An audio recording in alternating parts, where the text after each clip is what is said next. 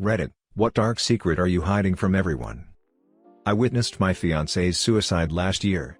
I moved states afterwards and started a new life.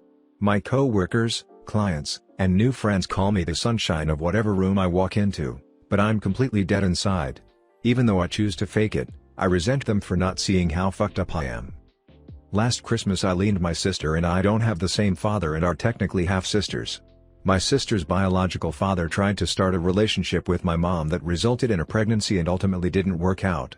That biological father is dead now, but I didn't probe any further about his identity or how he died in case it was something traumatic for my mom to remember. So she raised my sister as a single mother at my grandma's house in the 80s, then she met my father and they started dating, and it worked out because they got married in the 90s, moved into a new house, and a short time after that I was born. She told me never call my sister my half-sister and just pretend all of this doesn't matter because she's my sister and I'm keeping it that way, and if anyone asks about the 10-year age gap I just tell them it's a long story. I'm the spitting image of my grandpa on my dad's side. Both my parents are almost a foot shorter than me, but I'm almost the same height as him. When my mother got sick when I was a kid, my grandpa went to visit her daily for extended periods of time in the hospital. In his final months, she did the same. After he passed, we found out he kept a whole other family on the side in secret too. Looking back at my dad's military deployment history, it would also be dicey if she could have gotten pregnant by him around the appropriate time.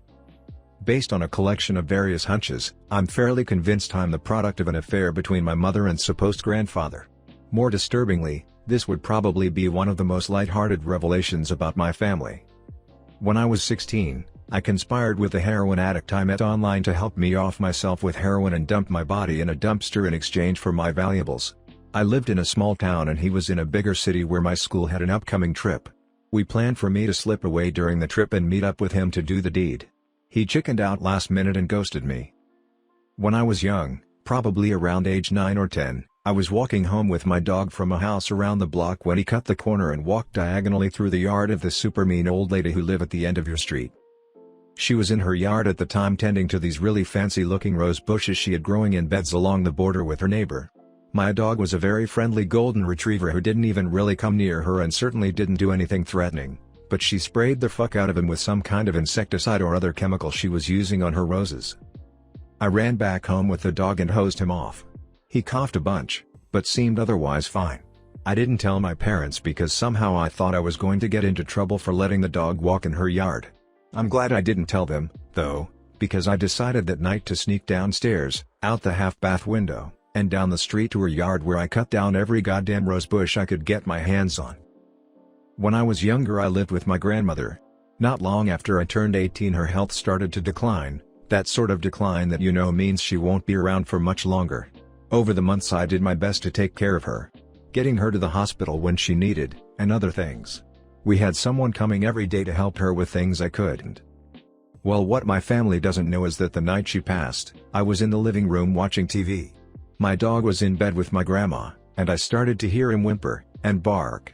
I knew what was happening. I knew that if I acted I could potentially save her. I didn't want to watch her suffer anymore though, to watch her live with so much pain, and unable to do anything for herself anymore. So I made the choice to let her pass before making any calls. She lived 92 years, and the only regret I have is that she passed a month after I would have graduated if I hadn't been kicked out of school. She had been in good enough health at the time to go to my graduation. I still kick myself for how stupid I was back then. Edit, I didn't expect this much support. Thanks. I'm not too torn up about letting her pass, I knew it was for the best. She was such a great person, she didn't deserve to live in such a poor manner any longer than she already had. I don't regret what I did. I regret what I had done that got me kicked out of school, that I didn't try and make it to graduation for her. I think I've lived my life so far in a way that she'd be proud of. Not graduating before she passed is the only regret I really have in this life so far, and I'm 35 now. So I think I'm doing pretty good. A man broke into my home about 10 years ago. Well, kind of.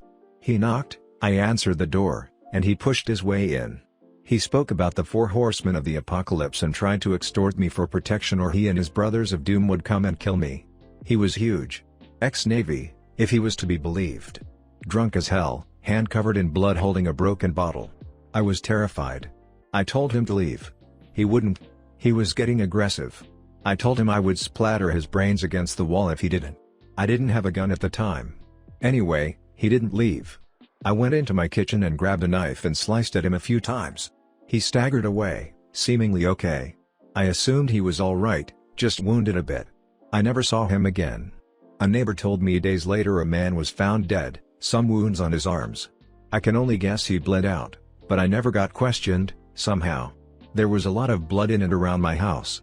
I lived in a pretty seedy area, so I guess the cops just didn't care. The guy was apparently a repeat criminal. I killed a man at least indirectly and have never told anybody. It's not my secret, but my mom's. And I'm not hiding it from everyone, just the person who it potentially matters to the most. When my mom was in high school in the 60s, she had a long-term serious boyfriend named Jimmy. They were each other's first, they were together for years, and were planning on getting married. He went away to college, my mom stayed behind, but they were still together. You know what happened next? He cheated and got the new girl pregnant. He comes home to break the news to my mom. Abortion was not legal at the time.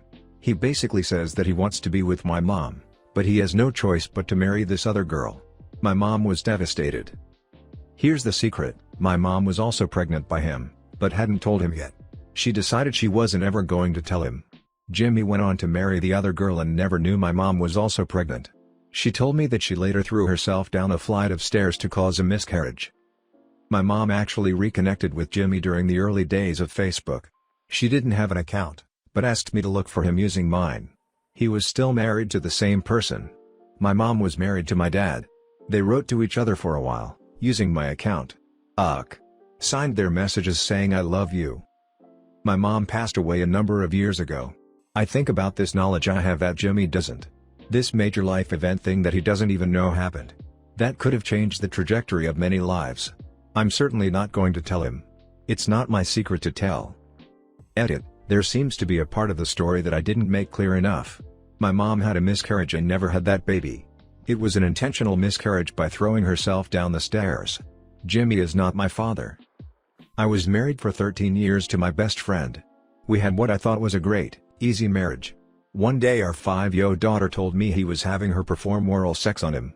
I was shocked, devastated and afraid. He was one of those fun guys everyone loves to be around. I immediately called the police and he was arrested. When they started investigating him they found out that he had been arrested while in college for exposing himself to very young boys.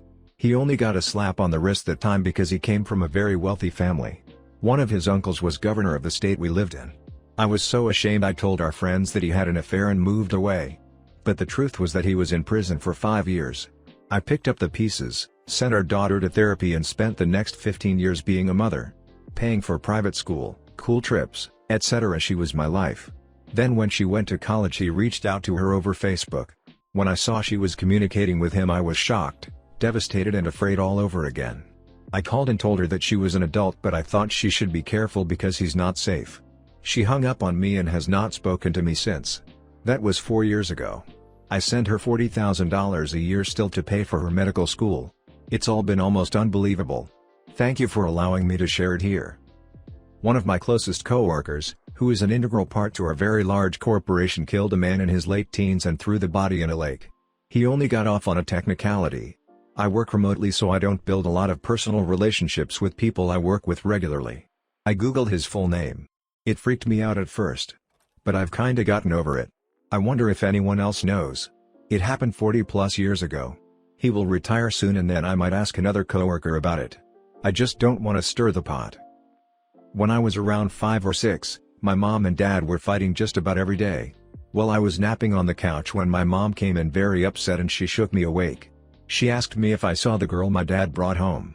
I've always felt terrible for this BC. I hadn't seen anyone but my dad that whole day. I'm pretty sure he was just playing video games like usual, but for some reason in my sleepy kid brain I answered yes.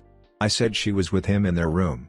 I'm honestly not sure why I lied like that, but they got a divorce shortly after and I always felt like it was my fault.